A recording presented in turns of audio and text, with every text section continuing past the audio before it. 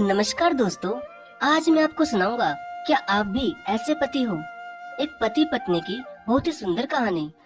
पिछले हफ्ते से विनोद की पत्नी अनीता को बहुत तेज बुखार था, लेकिन अनीता ने विनोद को कुछ भी नहीं बताया।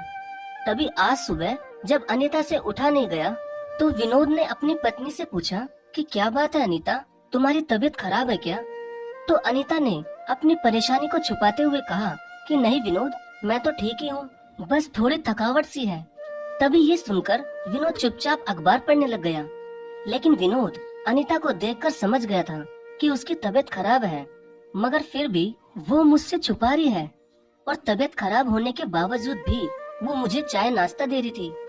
तो जैसे ही अनीता विनोद के पास आकर पूछती है कि विनोद, तुम्हारे लिए खाने में क्या बनाना है, तो विनोद को ऐसा महसूस हुआ कि अनीता की आंखें नीचे की तरफ झुक रही है और शायद वो गिरने ही वाली है।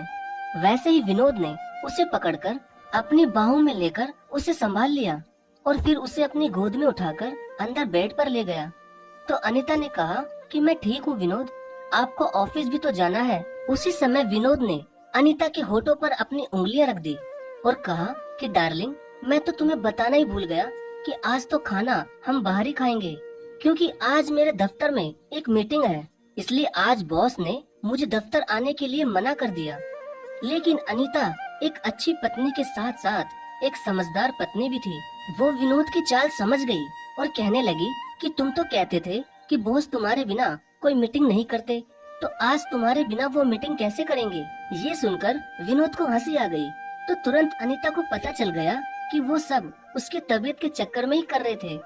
तभी अनीता खड़ी होकर अपने पति विनोद का हाथ पकड़कर जैसे ही उनको ऑफिस जाने को कहती है, वैसे ही वो चक्कर खाकर विनोद के ऊपर ही गिर जाती है। अब शायद अनीता की तबीयत कुछ ज्यादा ही खराब हो चुकी थी और बुखार भी बहुत तेज हो चुका था। तो विनोद ने जल्दी से अपना रुमाल ठंडे पानी में गीला किया और उसके सिर पर रख दिया और जल्दी से एक डॉक्टर को घर पर ही बुला लिया। तभी डॉक्टर घर में जैसे ही आया तो उसने देखा कि विनोद अपनी पत्नी के पैर दबा रहा था और अनीता ज्यादा बुखार के मारे शायद गहरी नींद में सो रही थी।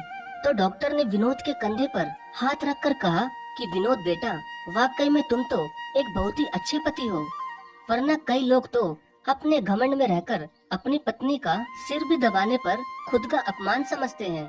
तो विनोद ने कहा कि डॉक्टर, आपको पता है, जब भी मैं ज्यादा थक जाता हूँ तो मेरी पत्नी तब तक मेरे पैर दबाती रहती है जब तक कि मुझे नींद न आ जाए और मेरा हमेशा ख्याल भी रखती है।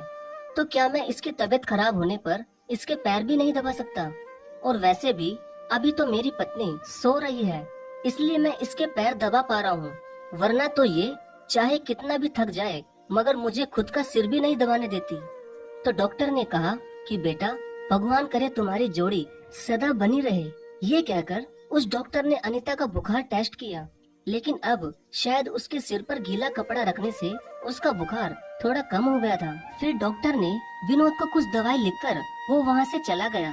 तभी विनोद ने बाहर से खाना ऑर्डर कर दिया और फटाफट बाहर जाकर अपनी पत्नी की दवाई भी लेकर आ गया। फिर कुछ देर में उसने अनीता को जगाकर उसे अपने हाथों से खाना खिलाया। फिर थोड़ी देर में उसे दवाई भी दे दी। अब 3 से 4 घंटे में अनीता को थोड़ा आराम आ गया और अब विनोद खुश था कि उसकी पत्नी ठीक हो चुकी थी। और हाँ दोस्तों, विनोद को साउथ और हॉलीवुड की मूवी देखना पसंद थी, लेकिन अनीता को अनिल कपूर जैसे हीरो की पुरानी फिल्में पसंद थी। और तभी उस दिन विनोद ने बाहर से पॉपकॉर्न मंगवाकर रात को अपनी पत्नी के साथ अनिल कपूर की एक मूवी भी देखी। दोस्तों, ये मूवी की बात मैं आपको इसलिए बता रहा हूँ क्योंकि इन छोटी छोटी खुशियों से भी ना एक पत्नी को बहुत बड़ी खुशी मिलती है। तो दोस्तों, क्या विनोद ने अपनी पत्नी की तबीयत खराब होने पर उसके पैर दबाकर क्या कुछ गलत किया? क्या एक पति को एक पत्नी के पैर नहीं दबाने चाहिए? प्लीज कमेंट में जरूर बताना। और हाँ दोस्तों, कहानी अच्छी लगी हो तो प्लीज एक लाइक जरूर कर देना। आपके एक लाइक से हमारा बहुत हौसला बढ़ता है। धन्यवाद।